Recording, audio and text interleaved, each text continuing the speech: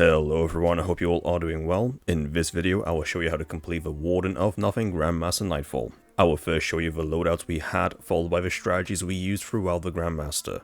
Before we start, here is some important information to know about the Grandmaster. The burn is solar, so have a couple of solar subclasses with you. The shields are solar and void. All three champions are present in the GM.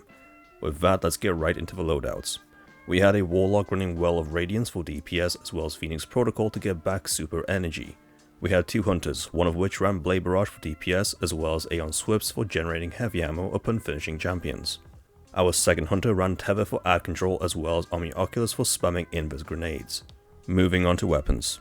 The Warlock ran a Scout Rifle for installables, an SMG for overloads as well as Galahorn for Wolfpack rounds and DPS. Our first Hunter ran an Arbalist for stunning barriers, a Scout Rifle for stunning installables, and an RPG for DPS. Our second Hunter also ran an Arbalist for barriers, an SMG for overloads, and finally an RPG for DPS. Now onto mods, starting with a class item. Have a Revitalizing mod on as it does extra damage against champions when stunning them. If you are running Solar, either have Solar Fulmination for increased damage / radius of ignitions, or Solar Restoration to get health upon the use of your Solar Super. For your leg armor, run some scavenger mods. For your chest armor, I suggest running the armor for the Dying Star as it will decrease incoming void and solar damage. For gauntlets, run some champion mods, and finally for the helmet, have some ammo finder mods on. These loadouts are just suggestions and worked well for us, so either copy them or use them as a template. On to the first encounter. As soon as you spawn in, make your way through the tunnels. Be careful as every Vex Goblin drops a pool of Vex liquid on the floor that deals quite a bit of damage. Once you get to this platform, there will be a couple of goblins and an overload. Just stay here at the back and snipe at all the ads until the overload is on its own. Next up is the train area. Make your way through it, jumping from side to side onto the ledges to avoid the trains and shooting the ads along the way. At the end, get on your Sparrow to avoid the train and proceed to the next area beneath the tracks where there will be an installable and a Hydra waiting for you. I suggest taking the Hydra out first before dealing with the installable. Whenever you come across these barrels, make it a priority to get rid of them. They are easy to destroy, and when too close to one, it can waste a revive. Move further into the room to the next set of train tracks. There will be a barrier waiting for you in the middle. Once you have dealt with it, I suggest you jump up onto either the left or the right side platforms above the trains. This is a slower route than using a Sparrow, but a lot safer. Use them to get to the next area in the middle where there will be more ads and another two installables waiting for you. Keep to the back of the area and let the installables rush you so that you can finish them off with some heavy ammo. By separating them, it makes it easier to deal with them. Once the installables are dealt with, pick off the rest of the ads with your long range weapons. The ramps in the middle offer some great cover for it. Keep on moving forward into the next area until you come to this large room. I advise you stay here at the back and use the wall and stairs behind you for cover.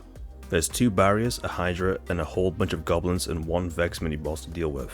First things first, get rid of all the barrels in sight. Then use the walls and stairs to get rid of the barriers that are positioned on the left and right side of the rooms. They will continue to snipe at you and can one-shot you, so the quicker you get rid of them, the better. I wouldn't risk any finishers here, but the choice is yours.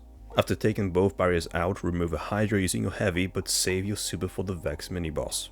Once the Hydra is down, continue to stay at the back of the map and snipe at the waves of goblins and minotaurs which will be continuously spawning. After a little while, the Vex Boss will spawn. One Blade Barrage with a rocket or two is enough to get rid of him. Proceed forward to the next room. As soon as you enter, Cabal will spawn on your left and right, so keep to the back and get rid of him quickly.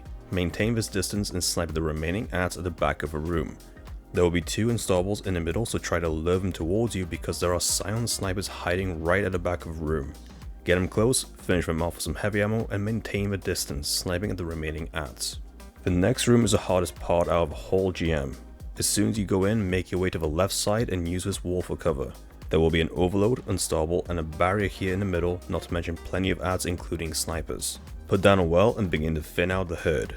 Focus on one champion at a time. I suggest getting rid of the snipers at the back first on top of the cover. Then get rid of the overload first, followed by the installable, and lastly the barrier. From here you have a brief window of respite. I suggest you use it to quickly get rid of some of the mines that are lying around the room as they can be very annoying, especially when running for cover. The next round includes the defusing of mines, the first of which spawns in the middle. Put down another well on the mine and focus on the ads that will be coming from your left, middle and right sides. Decide who is facing which way and begin to thin them out with your SMGs and grenades. There will be one barrier in the middle, but one rocket with an Arbalist shot to stun will make short work of it. After defusing the mine, another 2 will spawn with an overload spawning right behind you. You have 2 options: split in 2 and have one invis hunter defuse 1 mine whilst the other 2 go together to defuse a second, or go one at a time. You have 1 minute to defuse both mines, and standing in a mine stops the countdown timer. Just be aware that if no one is standing in it, the timer resumes. If you don't kill all the adds before defusing the mines, don't worry about it, they will despawn. We left 1 overload alive and it didn't impact our platinum completion. After defusing the mines, a mini boss will spawn in the middle, so jump up onto the platform at the back, put down a well, and RPG the boss. Getting him off the field will despawn all the adds. Then make your way to the boss room. When dropping down the lift to the boss room, go one at a time, as there is still a chance one of you will die if you are too close to one another. You are now in the boss room. There will be 3 champions, a barrier, an unstoppable, and an overload fighting.